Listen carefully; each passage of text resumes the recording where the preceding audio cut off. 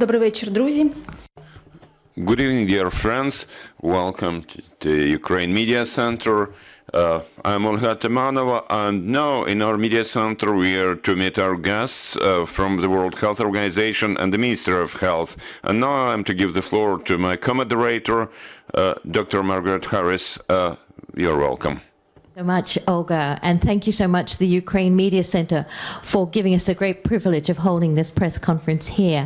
Today we will have 4 people attending, but we have 2 speakers. First will be Minister Viktor Lashko, the Minister for Health for Ukraine, whom you all know very well, and also speaking next will be Dr. Tedros Adhanom Ghebreyesus, our Director General for the World Health Organization.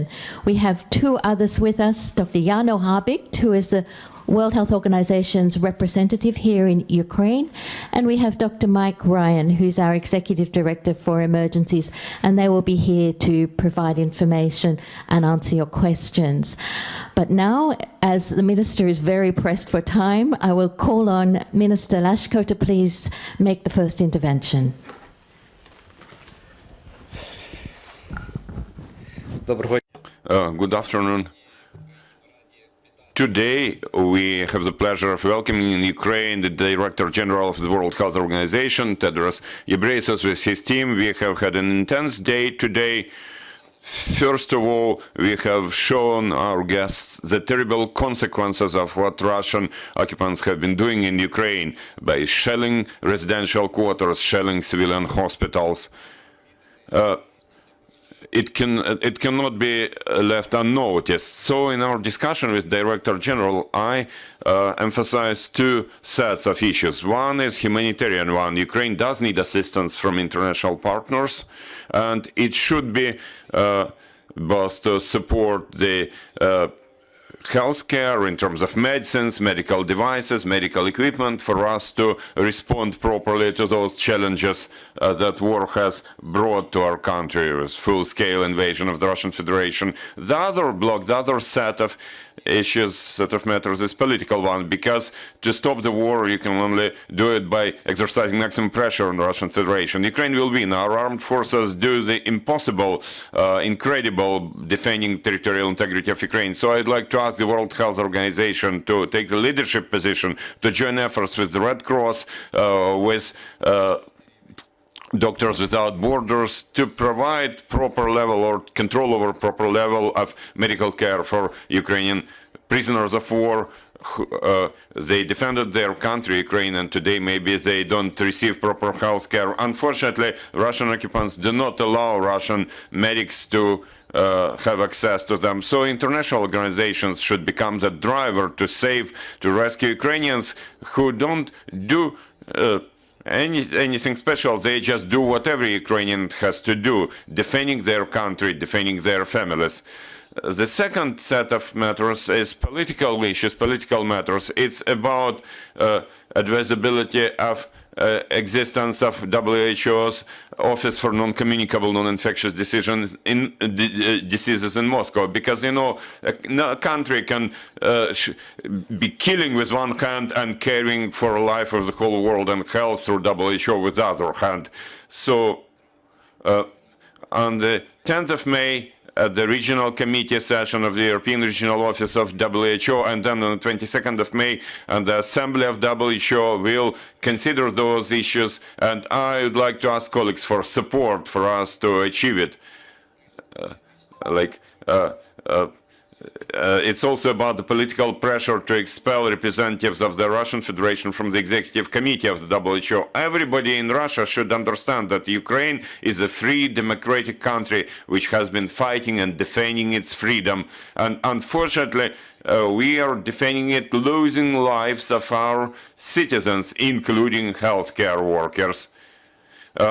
During the time of this war, 10 of my colleagues have died and more than 40 colleagues have been wounded. 40 hospitals have been destroyed to the level that they cannot be restored. We have visited one of those. About 500 hospitals have been damaged, so medical services cannot be provided there. All this violates the motto of the World Health Organization, which is health for everybody.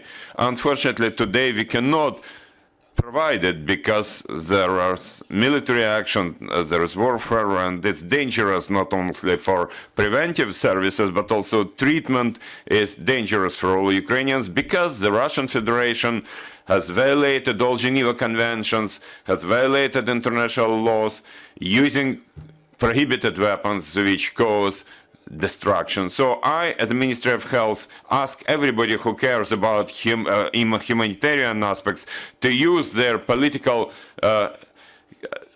factors to a maximum extent to do everything possible and even impossible to stop war in Ukraine. That Russian Federation should leave the territory of the independent, free, democratic Ukraine. Thank you for attention. Minister Lashko, and now I'll call upon Dr. Tedros Adhanom Ghebreyesus, the World Health Organization Director General, to make his remarks about his visit here in Ukraine.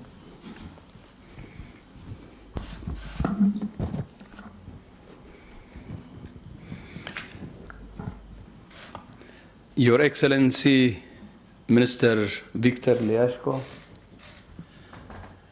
members of the media, good evening, and thank you all for joining us this evening. I have spent the last 2 days in Ukraine and have been deeply moved by what I have seen and what I have heard. I have also had the honor of meeting with Prime Minister Shimhal, Deputy Minister of Foreign Affairs Zaparova, and others. We discussed the health situation in Ukraine and how WHO can best support the Ministry of Health to deliver care in conflict areas, as well as to sustain care for those who need it throughout Ukraine. My time here has affected me very personally. As someone, myself, who grew up in a war zone, I understand only too well how the people of Ukraine feel. The worry for family and friends, the fear, the sense of loss, and so on. Because I know the impact, I know the devastation of war firsthand. And I felt very, very sad when Russia invaded Ukraine, because I know its impact and devastation. However, I have seen extraordinary resilience, people who have suffered loss and destruction but have not given up. They have kept going, repairing essential services to stop that destruction, making a deeper hole in their lives. I have seen the damage inflicted on health structures and listened to accounts of the harm, physical and mental, inflicted on health workers. These are people whose primary motivation is to protect health and life. WHO has now verified 200 attacks on healthcare in Ukraine since the war began. These attacks must stop. Healthcare is never a target. While I saw and learned of great suffering, I also saw bravery, humor, kindness, and heard stories of spontaneous, often ingenious ways people have found to help and protect one another. Some of those I'm talking about are our own WHO staff, who, although they have lost their homes, fear for their families, deal with daily uncertainty, have kept working to support the health needs of the people of Ukraine. Our team in Ukraine was working hard to support the country to build an ever stronger health system before the war. And that work will continue. Since Russia invaded Ukraine, WHO has delivered trauma and emergency supplies for use in over 15,000 surgeries and enough medicines and healthcare equipment to serve 650,000 people. We have also provided 15 diesel generators to provide electricity to hospitals and health facilities, some in the newly accessible areas in Kiev Oblast, which I just visited this afternoon. And we are handing over 20 ambulances tomorrow. WHO has also supported or coordinated more than 50 emergency medical teams in Ukraine and neighboring countries hosting refugees. And in past months, we have trained thousands of Ukrainian healthcare providers on how to handle mass casualties.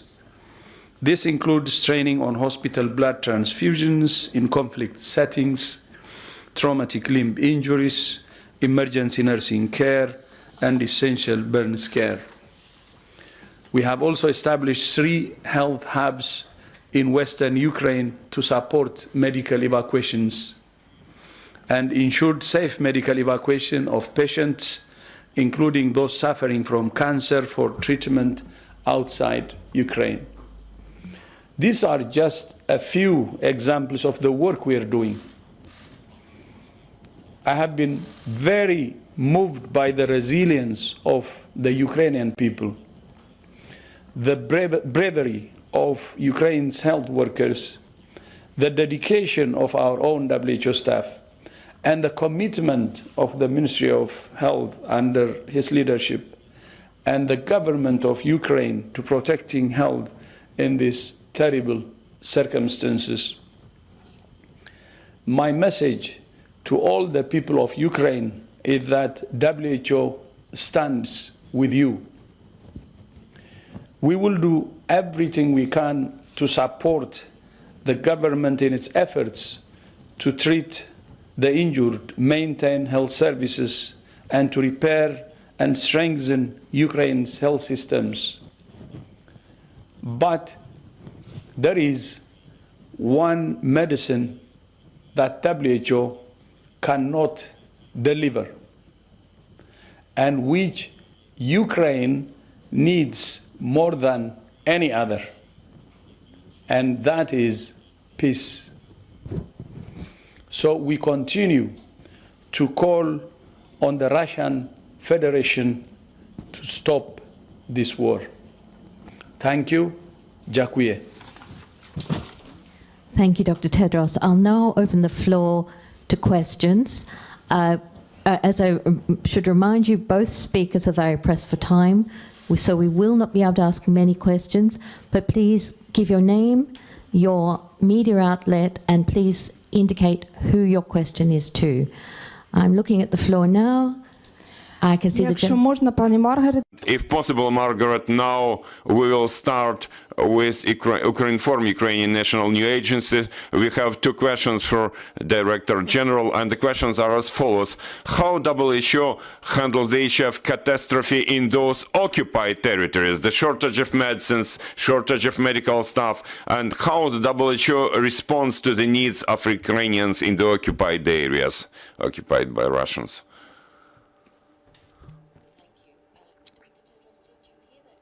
Maybe better answered by Dr. Habicht, I think, because that's very specific.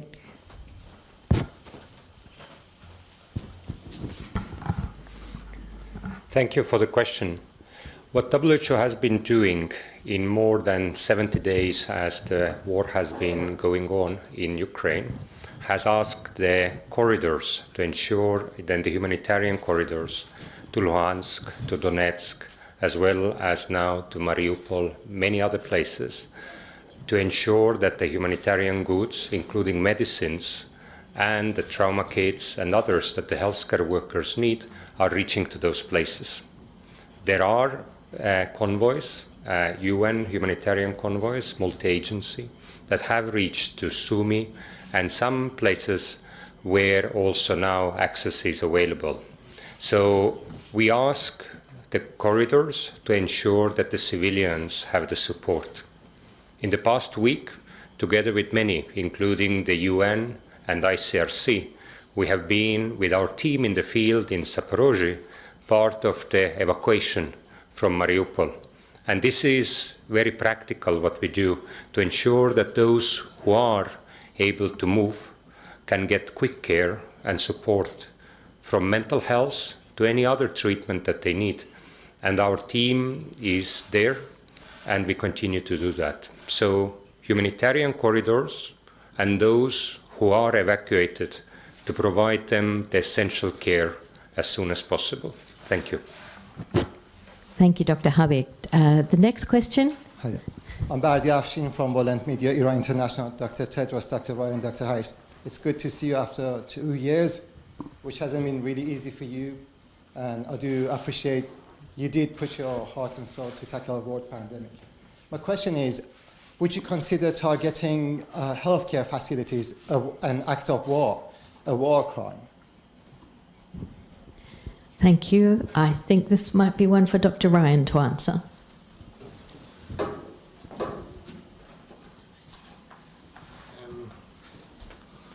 Good evening, everyone. Dr. Mike Ryan. Yes, intentional attacks on healthcare facilities are a breach of international humanitarian law, and as such, based on investigation and attribution of the attack, represent war crimes in any situation. We've seen, as the Director General has outlined, verified over 200 attacks on healthcare here in Ukraine. That is what we've been able to verify. That does not represent the totality of that. Under the Resolution 2286 of the United Nations General Assembly, WHO is tasked with documenting and verifying those events, and it is then the job of the Secretary General's Office and the International Criminal Court and others to investigate the criminal aspects of those attacks.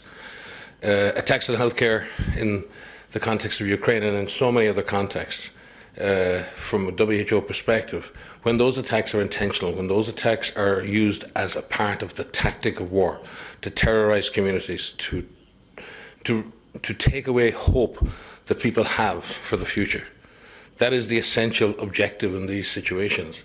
And it is very clear in international law that it is not only the responsibility of conflicting parties not to attack healthcare facilities, but to deliberately not target them. So this discussion we have around collateral damage or accidents, we have to ask our questions: how many accidents can you have before you are in a situation where it is completely and utterly unacceptable? And the Director General has said this on so many occasions. Utterly unacceptable to deliberately target healthcare facilities and the health workers that are in there, the patients that are in there.